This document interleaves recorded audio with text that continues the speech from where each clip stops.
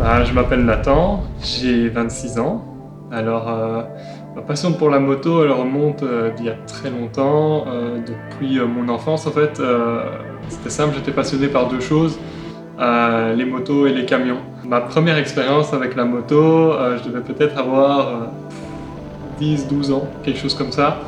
Un ami de la famille est venu chez nous avec un Dax. Il nous a laissé rouler avec dans notre chemin privé. Chez mes parents, il y a un grand chemin privé. Et on faisait des allers-retours avec ce Dax. Et à ce moment-là, j'ai su que la moto, j'avais envie d'en faire, quoi. Et puis, ce qui s'est passé, c'est que j'ai passé permis voiture à mes 18 ans. Et à mes 20 ans, j'ai fait le code B372, qui donne accès effectivement à pouvoir rouler avec une 125 cm3, en tout cas sur le territoire belge. Et là, j'ai récupéré la Varadero 125 de mon père, et j'ai roulé pendant à peu près 10 mois avec. Tous les jours, j'allais travailler avec, j'allais à l'école avec, je sortais avec les amis avec, je lui ai mis 10 000 bornes en 10 mois. Et puis, bien évidemment, la 125, on se rend compte assez rapidement que ça manque un peu de puissance. Et donc, ce qui s'est passé, c'est qu'en période de Covid, j'ai travaillé en job étudiant dans un magasin et j'ai franchi le cap d'acheter une KTM Duke 690. Et alors là, vraiment la libération. Avoir une moto avec un peu de chevaux et tout, c'est incroyable. J'ai adoré cette moto. Encore aujourd'hui, elle a une énorme place dans mon cœur. Cependant, j'ai eu énormément de problèmes avec. Pour l'excuser, on va dire, elle avait quand même 40 000 bornes au compteur. Je lui en ai mis 25 000 par après.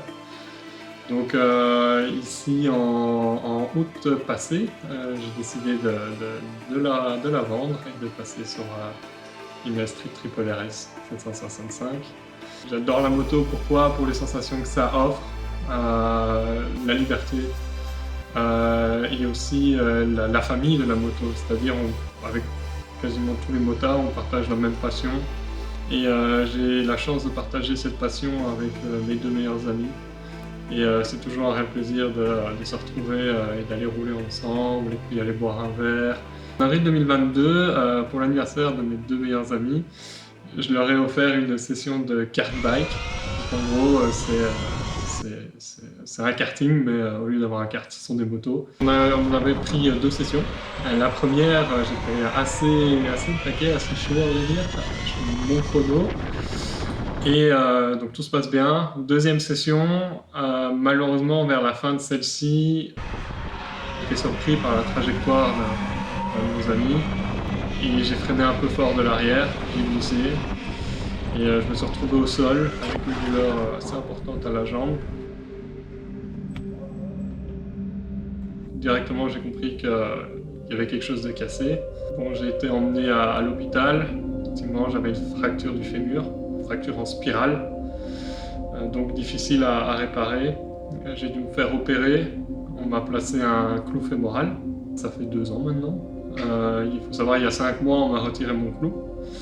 Mais je suis toujours dans certaines galères, des difficultés. J'ai encore des séances de kinésithérapie pour réapprendre à marcher correctement, à récupérer tous les mouvements au niveau de ma jambe, parce que bien évidemment, elle n'a pas été sollicitée pendant très longtemps. Ce qui a été le plus dur, c'était, en fait, il faut savoir qu'avant mon accident, il faisait dégueulasse. Et je me suis cassé la gueule. Le lendemain matin à l'hôpital, je me réveille, l'infirmière ouvre les rideaux, grand soleil. Et en fait, ça a été la période de canicule en 2022. J'avais le seum d'être en béquille, un soleil magnifique, de ne pas pouvoir rouler. Et du coup, après 2 mois et demi, 2 mois et demi de rééducation, je commençais à peine à marcher sans béquille que j'étais déjà reparti, j'étais déjà remonté sur la moto.